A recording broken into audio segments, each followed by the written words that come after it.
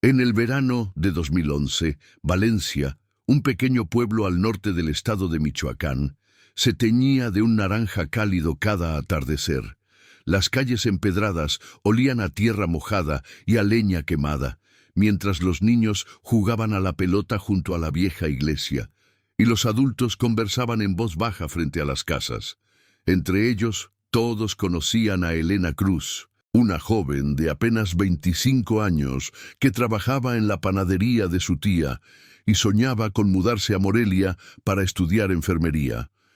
Tenía una sonrisa que parecía iluminar las mañanas, pero una tarde simplemente desapareció. Dicen que fue un jueves. Elena había salido del trabajo antes de las 8, tras entregar el último pedido en la casa de los Morales. Fue vista por última vez cruzando la plaza central, con su bolso colgado al hombro y una bolsa de pan en la mano. Nunca llegó a casa. Desde entonces, su nombre empezó a repetirse en las conversaciones del pueblo como una plegaria inconclusa. Si te gusta este tipo de historias, no olvides suscribirte al canal y dejarnos un comentario contándonos desde qué parte del mundo nos estás viendo. Tu apoyo nos ayuda a seguir compartiendo estos casos que México no olvida. Las primeras horas tras su desaparición fueron confusas. Su familia, su madre Teresa, su hermano menor Iván y su tía Rosa, creyó que quizá había pasado la noche con una amiga o decidido visitar a su novio Arturo, que vivía en el rancho Los Laureles, a unos 5 kilómetros del pueblo. Pero al amanecer del viernes, cuando Elena no regresó y su celular apareció apagado, la preocupación se transformó en miedo. La policía municipal inició la búsqueda con los pocos recursos que tenía: 2 patrullas destartaladas y 4 oficiales. Recorrieron los caminos de terracería, los matorrales y el río cercano, mientras los vecinos se unían con antorchas y machetes. Pero el tiempo jugaba en su contra. En menos de 48 horas, los rumores comenzaron a mezclarse con las sospechas. Algunos decían que se había ido con otro hombre, otros aseguraban haber escuchado una camioneta blanca merodeando la noche anterior. Arturo, su novio, fue llamado a declarar varias veces. Insistió en que no la había visto, que habían discutido días antes por algo sin importancia y que ella le había pedido espacio. Pero nadie terminó de creerle. Con el paso de las semanas, el caso se enfrió. Las autoridades estatales clausuraron el expediente provisionalmente por falta de pruebas y lo archivaron junto a decenas de carpetas idénticas. Teresa Cruz no se rindió. Pasaba las noches en vigilia, colocaba carteles en mercados y terminales de autobuses, viajaba a pueblos cercanos y acudía cada mes a la Fiscalía de Morelia, donde siempre le decían lo mismo: «Estamos haciendo lo posible, señora». Durante años el nombre de Elena se convirtió en un eco lejano. En Valencia, otros desaparecieron también, jóvenes, hombres adultos, incluso una madre con sus 2 hijos. La gente aprendió a callar y a vivir con la angustia como una vecina más. Los periódicos locales dejaron de mencionar a Elena y su foto, amarillenta, quedó clavada en una pared junto al panteón, movida ocasionalmente por el viento y la lluvia. El 2023 trajo algo que nadie esperaba. Elena Cruz llevaba 12 años desaparecida cuando el Laboratorio de Criminalística de Morelia recibió una alerta automática del sistema CODIS, la base de datos nacional de ADN. El análisis provenía de una escena del crimen en la colonia industrial, al norte de la capital, donde una mujer había sido hallada sin vida en un motel. El equipo forense procesó las muestras biológicas encontradas, y una coincidencia saltó en la pantalla: ADN parcial perteneciente a Elena Cruz. El hallazgo desconcertó a todos. La agente de investigación a cargo, Valeria Medina, Llevaba apenas 6 meses en la unidad. Al revisar la ficha digital de Elena, vio el rostro joven y sonriente de una mujer que debía estar muerta o perdida hacía más de una década. Pero ahora su perfil genético aparecía vinculado a un caso de homicidio reciente. El ADN, según el informe, estaba en el pomo de la puerta y en un vaso de agua, lo que sugería contacto directo con la escena. Era posible que Elena hubiera estado allí, o que alguien más manipulara algo que le pertenecía. Valeria visitó a Teresa en Valencia al mes siguiente. La madre, ya canosa y con una voz apagada por los años, la recibió sin emoción aparente. Había aprendido a no ilusionarse. Pero cuando la agente le explicó que el perfil de ADN coincidía plenamente con el de su hija, Teresa apenas pudo mantenerse en pie. Lloró durante minutos sosteniendo la foto de Elena, mientras Iván, su hijo, observaba incrédulo. No se trataba de un hallazgo esperanzador, era un misterio nuevo que abría heridas viejas. Valeria trató de reconstruir los últimos meses de Elena antes de su desaparición. Recorrió las declaraciones de 2011, las notas incompletas, los testimonios contradictorios. Descubrió que, una semana antes de desaparecer, Elena había llamado a una línea de ayuda para denunciar acoso laboral en la panadería. Nadie siguió la pista. También aparecieron registros de llamadas con un número de celular de Uruapan que nunca fue rastreado. Cuando Valeria pidió autorización judicial para reabrir el expediente, enfrentó resistencia. Los superiores consideraban que no había motivo suficiente, pero la agente insistió. Ese ADN no estaba allí por casualidad. En paralelo, se investigaba el homicidio en el motel. La víctima era un hombre de unos 50 años, identificado como Ramón Salgado, empresario local con antecedentes por evasión fiscal y vínculos con intermediarios del ayuntamiento. Lo habían encontrado atado a una silla, con signos de tortura y rastros de drogas en el lugar. Ninguna cámara de seguridad funcional, ningún testigo, solo las huellas parciales de Elena Cruz. La noticia llegó a los medios antes de que se confirmara oficialmente. Posible vínculo entre desaparición de joven en 2011 y homicidio en Morelia, tituló El Universal Michoacán. En Valencia, el pueblo revivió su pasado. Gente que no se había atrevido a hablar en 12 años, volvió a recordar detalles, pequeños, aparentemente insignificantes, pero reveladores. Uno de ellos fue de don Mateo, un mecánico que en 2011 aseguraba haber visto una camioneta blanca estacionada frente a la panadería justo la tarde en que Elena desapareció. Dijo que dentro iban 2 hombres, uno de ellos muy parecido a Arturo. La policía nunca lo citó formalmente, porque el testimonio no se consideró sólido, pero Valeria lo retomó. Con ayuda de tecnología reciente, rastreó las placas registradas entonces en la zona. Una coincidió con un vehículo a nombre de un tal Carlos Beltrán, cuyo taller mecánico había sido allanado años atrás por tráfico de autopartes. El mismo hombre había trabajado para Ramón Salgado hasta 2016. Las piezas comenzaban a encajar de manera inquietante. Valeria viajó a Morelia con esa información.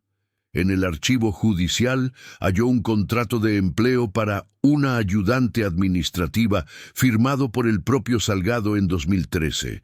El nombre en el documento era diferente, Lorena Ruiz, pero la firma, según un perito caligráfico, coincidía con la de Elena Cruz. Elena, de algún modo, había seguido viva. La revelación fue devastadora para Teresa. Si su hija había adoptado otra identidad, ¿por qué nunca volvió? ¿De qué huía?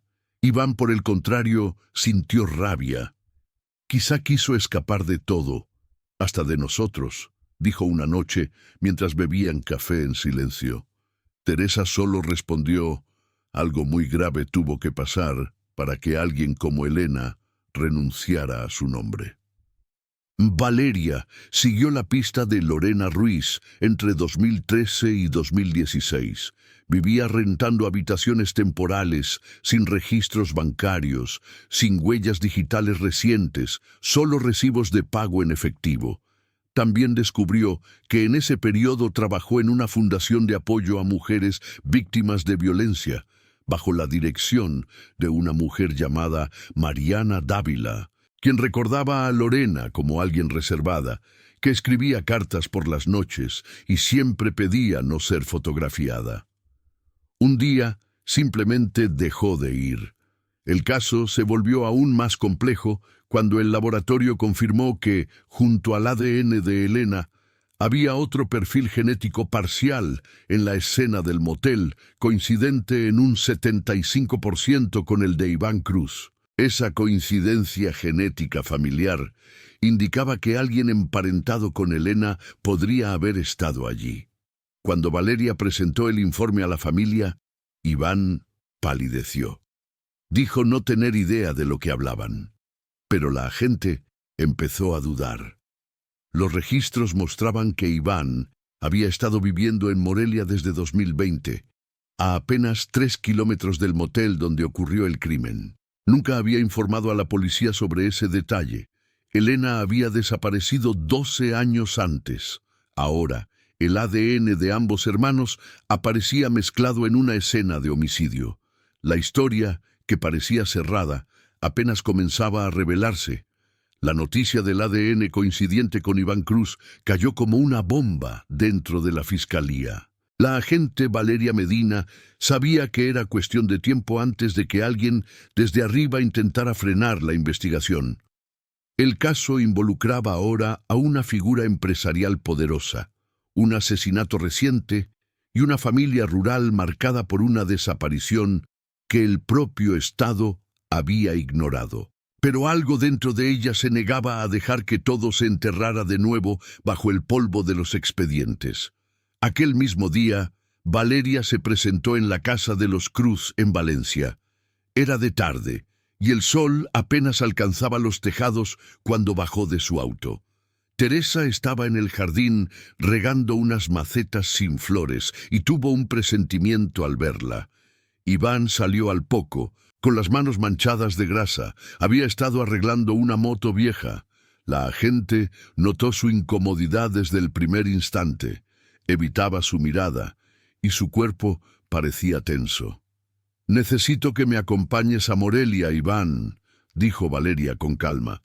«No estás detenido, pero hay algo que necesitamos aclarar». El joven asintió con rigidez.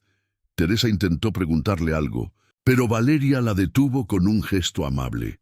«Solo serán unas preguntas, doña Teresa», murmuró. En el camino hacia la capital, el silencio llenó el aire entre ellos. Valeria observaba de reojo al muchacho, que no parecía asustado sino agotado, como alguien que llevaba años cargando un secreto. Cuando llegaron a la fiscalía, Iván accedió a hacerse una prueba de ADN complementaria. Los resultados tardaron 3 días, pero confirmaron lo que ya se temía. Su perfil genético estaba, de hecho, entre las muestras encontradas en la escena del motel. Allí había estado él, no mucho antes del homicidio. Valeria lo volvió a interrogar. Iván negó haber conocido a Ramón Salgado y dijo no haber pisado nunca ese lugar. Sin embargo, una cámara de una gasolinera cercana grabó su motocicleta pasando por la calle lateral la noche del asesinato. Confrontado con la evidencia, bajó la cabeza. «No la maté», susurró. «Yo solo quería verla». Valeria tardó unos segundos en procesar esa frase. «¿Ver a quién, Iván?», preguntó. El silencio duró una eternidad antes de que él respondiera. «A Elena». Las palabras flotaron entre ellos, como un golpe seco. Iván afirmó que su hermana, viva bajo el nombre de Lorena Ruiz, había intentado contactarlo meses antes de su muerte. Le había dejado una nota en la puerta de su trabajo, con un número de teléfono nuevo y una dirección en Morelia. Decía que necesitaba contarle toda la verdad y que no confiara en nadie. Iván fue a buscarla, Pero cuando llegó al domicilio señalado, un pequeño departamento en la colonia Vasco de Quiroga, ella ya no estaba. La vecina le dijo que se había ido con un hombre mayor, de traje y camioneta negra. Valeria pidió el número que Elena le había dejado. Era un teléfono prepago sin registro, pero con un rastreo digital que la llevó a llamadas breves a un contacto identificado como RS, las mismas iniciales de Ramón Salgado. Todo indicaba que Elena trabajaba, quizás bajo coacción, para ese hombre, y su relación había terminado mal. Al revisar nuevamente el expediente del motel, Valeria notó que faltaba una pieza crucial: el video de las cámaras exteriores. El encargado del lugar aseguró que una inspección municipal se había llevado los discos duros 2 días después del crimen. Alguien estaba limpiando rastros. Esa noche, incapaz de dormir, Valeria revisó viejos archivos en línea de la Secretaría de Seguridad Estatal. Encontró una lista de contratos firmados entre empresas de Salgado y varios municipios. La mayoría eran licitaciones simuladas: compra de material de construcción, mantenimiento de vialidades, servicios de limpieza. Pero un nombre se repetía en la documentación: Transportes Beltrán. El mismo Carlos Beltrán, dueño de la camioneta que vio don Mateo la noche en que Elena desapareció en 2011. El patrón se volvía espeluznante. Salgado parecía haber controlado una red de transporte que operaba entre Uruapan, Morelia y varios pueblos del norte de Michoacán, utilizada para mover dinero, mercancía robada y, según sospechaba Valeria, también mujeres. Cuando presentó sus hallazgos al fiscal regional, éste pidió prudencia. Le advirtió que el apellido Salgado aún tenía peso político, incluso después de la muerte de Ramón. «Hay familias que prefieren no remover cosas enterradas, agente Medina», le dijo en tono paternalista. Pero ella no cedió. Levantó un informe especial y contactó directamente a la Comisión Estatal de Búsqueda de Personas Desaparecidas. Por primera vez, el caso de Elena Cruz volvió a clasificarse como investigación activa. Mientras tanto, en Valencia, Teresa se aferraba a la posibilidad de que su hija hubiera estado viva hasta hacía poco. Cada día repasaba los recuerdos con una mezcla de dolor y alivio. Su niña había sobrevivido, aunque fuera para vivir en el silencio y el miedo. En cambio, Iván cayó en una depresión profunda. Decía que cada noche soñaba con la voz de Elena llamándolo desde un cuarto oscuro, diciéndole: «No dejes que digan que me fui». Valeria descubrió entonces un último rastro: una factura electrónica emitida 4 días antes del homicidio, firmada por Lorena Ruiz, a nombre de una empresa llamada Sol del Bajío, dedicada a servicios de limpieza. Al buscar la dirección fiscal, encontró un edificio abandonado en la periferia de Morelia, con paredes grises y un portón oxidado. Allí, junto con 2 peritos y un fotógrafo, entró de madrugada. Entre montones de papeles y polvo, hallaron carpetas con nombres de mujeres, copias de identificaciones alteradas, recibos y fotografías tipo credencial, algunas con manchas de humedad, otras perfectamente conservadas. En una esquina del último cajón apareció lo que nadie quería ver: una credencial vieja con el rostro sonriente de Elena Cruz y escrita al reverso con tinta azul: «Si algo me pasa, busquen a Iván». Valeria supo entonces que la historia era aún más grande de lo que parecía. Elena había descubierto algo grave mientras trabajaba en esas empresas de fachada. Quizá intentó denunciarlo o salir de ahí, pero alguien la detuvo. El vínculo con su hermano tal vez no era casual. Podría haberlo involucrado sin querer, o él mismo pudo haber sido persuadido, vigilado o amenazado. Todas las posibilidades eran terribles. 3 días después, una llamada anónima llegó a la oficina. Una voz masculina, grave, dijo sin titubeos: «Deje de escarbar en lo de Elena Cruz, agente Medina. Hay vidas que valen más que la verdad. El número fue rastreado hasta un teléfono de un despacho jurídico que antes representó a Ramón Salgado. Valeria comprendió que su investigación ya ponía nerviosos a los que mandaban. Aún así, reunió a la prensa local y reveló en conferencia que el ADN de Elena había sido hallado en una escena de homicidio relacionada con empresas bajo investigación fiscal. Fue un acto arriesgado. Exponía los nexos entre corrupción, desapariciones y violencia de género, pero el impacto fue inmediato. Organizaciones civiles exigieron la reapertura de decenas de casos archivados. Mujeres del pueblo de Valencia viajaron a Morelia para plantar fotos de sus desaparecidas frente a la fiscalía. En medio del caos mediático, alguien entregó a Valeria un sobre sin remitente. Dentro había una memoria USB y una hoja doblada. Decía, ella grabó todo. En la memoria había 3 videos cortos y fragmentados. En uno de ellos se veía a Elena, más delgada, con el cabello recogido y la voz temblorosa, mirando a la cámara. Si estás viendo esto, algo me pasó.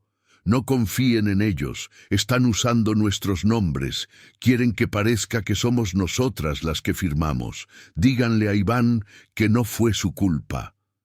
Las palabras golpearon a todos. Era la primera prueba directa de que Elena había sobrevivido después de su desaparición y que trató de exponer una red de corrupción y explotación.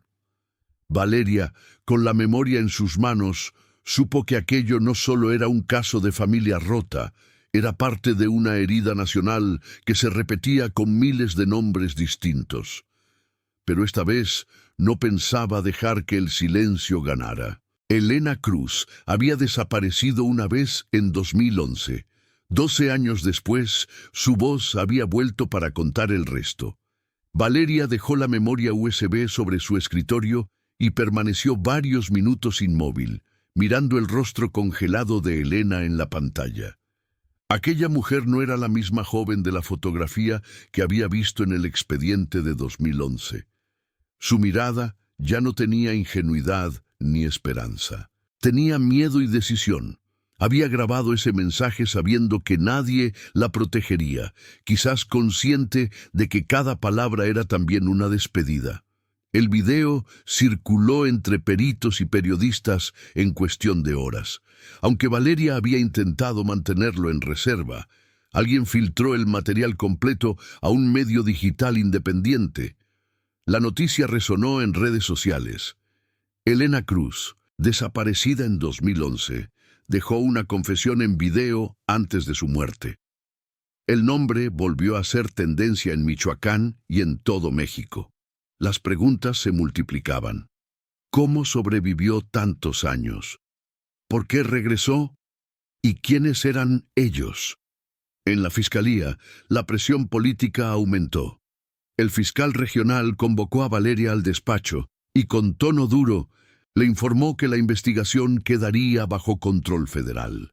«Se valora tu trabajo, Medina», dijo él sin mirar a los ojos, «pero esto ya rebasó tu jurisdicción». Ella comprendió. Querían apartarla. Sin embargo, también sabía que alguien dentro había filtrado el video precisamente para proteger la verdad a través del escándalo público. Esa misma noche, Teresa y su hijo Iván fueron colocados bajo protección. Aún así, ambos sabían que aquello era más una formalidad que una verdadera garantía. En Valencia, las vecinas comenzaron a organizar veladoras frente a la iglesia, con carteles improvisados que decían «Por Elena, por todas». Teresa asistió con los ojos hinchados, pero en su rostro se asomaba una dignidad que no había tenido en años. Valeria siguió investigando de forma paralela, fuera del sistema. No podía borrar de su mente la frase escrita detrás de la credencial hallada: «Busquen a Iván». ¿Por qué le pedía ayuda a su hermano y no a la policía? ¿Qué sabía él realmente? Una madrugada, Valeria lo visitó en el departamento asignado por el programa de testigos. Llevaba una grabadora y un cuaderno. Iván estaba despierto, sentado frente a la ventana. Cuando ella preguntó directamente si sabía algo más, el joven, tras un largo silencio, soltó las palabras como quien escupe fuego. Elena no se fue. La vendieron. El aire pareció detenerse. Iván explicó que, en 2011, Arturo, el novio de su hermana, trabajaba ocasionalmente para Carlos Beltrán, el dueño de las camionetas. Aquel hombre ofrecía trabajo a chicas jóvenes en Morelia, supuestamente en oficinas o tiendas. Arturo había convencido a Elena de asistir a una entrevista. Esa fue la última vez que la vio. Cuando trató de denunciar, Beltrán lo amenazó. 3 semanas después, Arturo también desapareció. Valeria grabó cada palabra. Si eso era cierto, todo el caso apuntaba a una red de reclutamiento disfrazada de oferta laboral. Mujeres jóvenes, vulnerables, enviadas a lugares distintos, forzadas a cambiar de nombre y a desaparecer socialmente. Elena, al descubrirlo años después dentro de las empresas de Salgado, habría intentado desenmascararlos. Al día siguiente, Valeria visitó los registros del Instituto de la Mujer de Michoacán. En los archivos de personal contratado durante 2014, encontró un listado que contenía nombres femeninos repetidos en distintas oficinas. La foto de Lorena Ruiz aparecía 2 veces, una en Morelia y otra en Uruapan.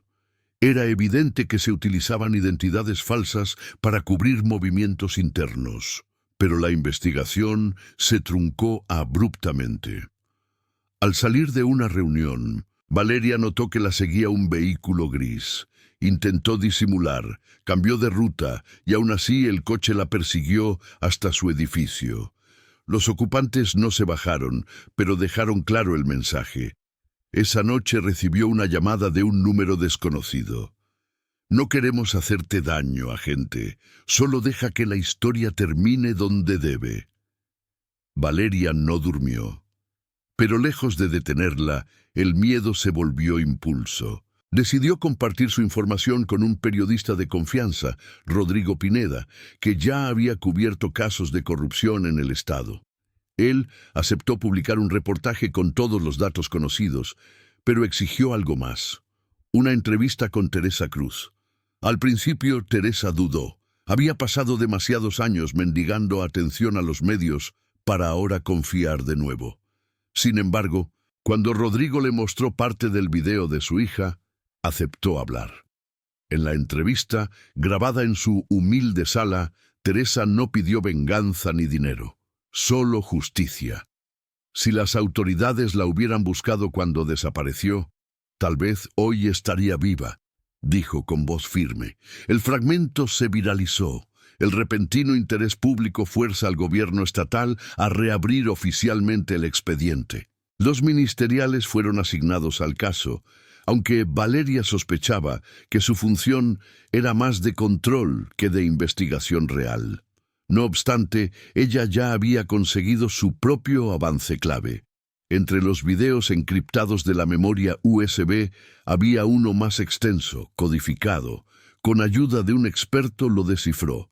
En esa grabación, de casi 20 minutos, Elena relataba todo lo que había descubierto. Mencionaba nombres, Salgado, Beltrán y al menos 3 funcionarios municipales, y explicaba que las empresas Sol del Bajío y otras eran pantallas para el traslado de personas y documentos falsos.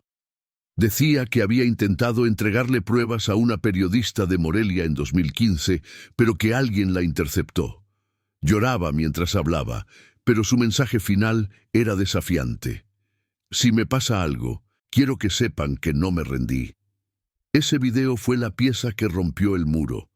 Rodrigo lo publicó en un reportaje extenso titulado El sistema que se tragó a Elena Cruz. La respuesta pública fue abrumadora. Decenas de familias contactaron la redacción para contar historias similares.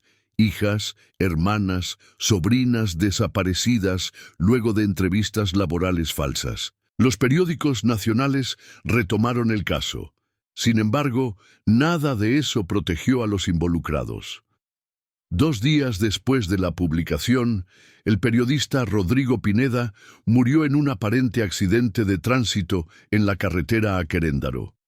Su auto se incendió tras perder el control en una curva. La autopsia reveló que el vehículo tenía cortes en los frenos. Fue entonces cuando Valeria comprendió el alcance y el peligro real. A pesar de todo, Teresa no quiso callar más. Con apoyo de colectivos de mujeres, organizó una marcha hasta el Palacio de Gobierno de Michoacán. Cientos de personas caminaron con carteles que decían: «Elena, somos todas». Valeria, en silencio, las acompañó. La lluvia caía sobre Morelia aquel día y el lodo ensuciaba las pancartas, pero nadie se movía. Fue la primera vez que la autoridad reconoció públicamente que el Estado había fallado en protegerla. Cuando el acto terminó, Teresa se acercó a Valeria. Le entregó una carta. «La encontré entre las cosas de Iván», dijo. «No sé si deba leerla, pero quizá tú sí». Era una hoja pequeña con la letra clara de Elena. Decía: «Hermano, si llega el momento y no puedo volver, prométeme que no van a callar mi nombre. Me arrebataron la voz, pero no dejes que también se lleven mi historia». A partir de ese momento, Valeria supo que el caso de Elena Cruz no era un expediente más, sino un espejo de un país entero marcado por la desaparición. Pero aún faltaban piezas, faltaban nombres, faltaba justicia tangible, y ella estaba dispuesta a seguir hasta el final.